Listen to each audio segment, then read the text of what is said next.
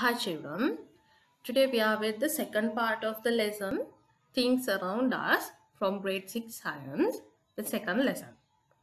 So, today's our topic is status of matter. In our day-to-day life, we use matter such as firewood, kerosene, liquid petroleum gas. These matters can be categorized as follows. Firewood is the matter in solid state. Kerosene is the matter in liquid state. LP gas, liquid petroleum gas, is a matter in gaseous state. So, the status of matter are solid, liquid and gases according to the above examples. Let's see the characteristics of solid. Observe some solid in your which you use or which you can see in your day-to-day life. The shape of the solid does not change easily. They have definite shape, also definite volume for these things. So we can conclude that the solid has a definite shape and a definite volume. Next one is the characteristics of liquids. To find out the characteristics of liquid, you can do this small activity. What you have to do, first you will need a measuring cylinder, a colored water, transparent containers of different shapes. Do you know what is measuring cylinder is? This is the measuring cylinder. You have to measure 25 milliliter of water using this measuring cylinder. Let's see how to measure the liquid using this measuring cylinder. The measuring cylinder is used to measure liquid in our laboratory. Let's see what is the correct method to use this measuring cylinder. The correct method of measuring a volume is when you put a liquid into the measuring cylinder, you will see a curved surface at the top of the water level or a liquid level. Get the reading of the lower curved point. You have to get the reading from the lowest curved point. Right? Then you have to put that same liquid levels into different shapes.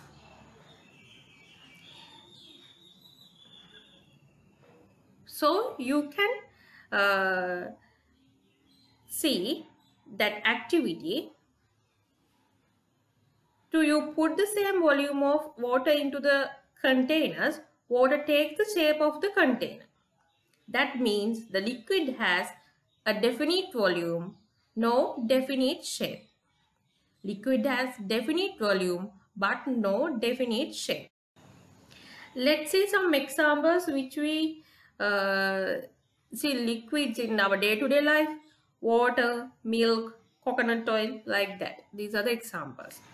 Characteristics of gases. Do you think the empty bottle I am showing here is contains any matter? Contains any matter? Let's do to find out whether air occupies space or not. You will need an empty bottle and a basin, water basin. What you have to do, put the bottle upside down in the basin. When the bottle in the position like I'm showing here, the water doesn't enter the bottle. Then enter the bottle like this. Tip the bottle and enter it like this. What will happen when the bottle is enter the position like this? The bubbles come out, water enters the bottle. First, water didn't go into the bottle because it was something in the bottle. And next position, water entered the bottle because air blocked in the bottle came out. So it is clear air occupies space. We have to do another practical to find out whether there is a definite volume in air or not. So you will need 2 gas jars, a joystick, a piece of cardboard. What you have to do, light the joysticks and send the smoke into the gas jar turned upside down. Get another gas jar and keep it on the top of the first gas jar. Then remove the cardboard slowly. You will see the smoke in the first gas jar goes to the second gas jar as well. The conclusion is that gases do not have definite volume and they spread throughout the container. So the gas has no definite volume and no definite shape. This practical you can watch through my EduCub channel also. I have uploaded that video. You can check it out. Let's see the air around us. Oxygen, carbon dioxide, water vapor are some example for gases. Air around us, oxygen, carbon dioxide, water vapor are also some gases. The balloon is containing gas, that's why it's floating on the sky, and oxygen tank. Okay. The characteristics of solids, liquid, gases can be compared. Let's compare them. Form the matter, solid, liquid, gas, shape and volume. Solid has a definite shape, definite volume. Liquid has the shape of the container, has the definite volume. Gas has no definite shape, no definite volume. Let's move our next topic, specific properties of solid matter. There are different properties in different solid materials. Therefore, the properties of solid matter should be considered when they are used. Let's do this activity to find out the properties of solid. What you have to do, you can collect many other materials which you are using in day-to-day life. I'm taking here some 6 materials here. You can see it. You can do it in your home also. What you have to do, first of all, you have to take 2 materials. Touch the material with your hand. When you touch them, you will feel that some materials are smooth and some materials are rough. I took here sand and wheat flour here. That sand is rough and wheat flour is smooth. Then I took a wood and a rock and the hammer too. Beat the materials with the hammer. The materials that break into pieces and materials that do not break into pieces separately. There are 2 materials, which one is separating by the heating and other one is not. Then next one, I took the rubber band and elastic wire. Pull each material to each side of your hand. What will happen? They expand. So you would have identified that solid have their own properties. Let's see what are their physical properties of solid. We are going to talk about physical properties of solid under these 6 categories. First one is hardness, malleability, ductility, brittleness, texture. First one is hardness, the property of resistance to the stretch, abrasion and cutting is known as hardness.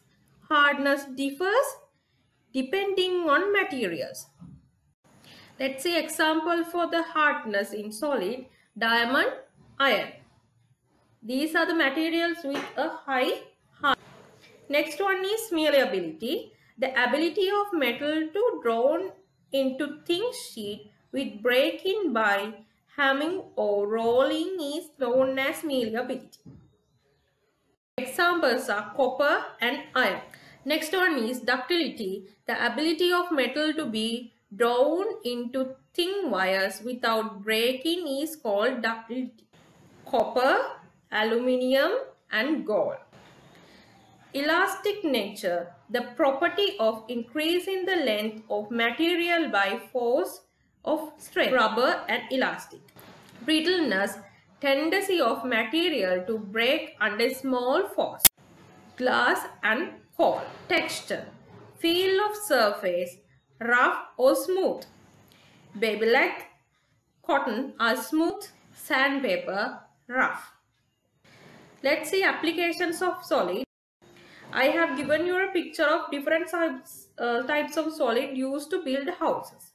Can you imagine the amount of types of solids used to build up this house? The properties of material used to differ depending on the shape of each part, strength and area that should be covered. Also, building materials differ according to the area, location, climate, necessity of the person, space and income. Think about the material that you use to build doors, roofs, windows, floor, walls and grills of above house. Think about their physical properties. Gold, silver and copper are used to make jewelry because of their property of malleability and ductility. Due to these properties, these materials can be made into different shapes. Teeth and gloves are made to rubber because of their property of elastic nature. So this is what we have to do to today's lesson. The lesson is completed. Let's meet with another new lesson. Water has a natural resource. Thank you.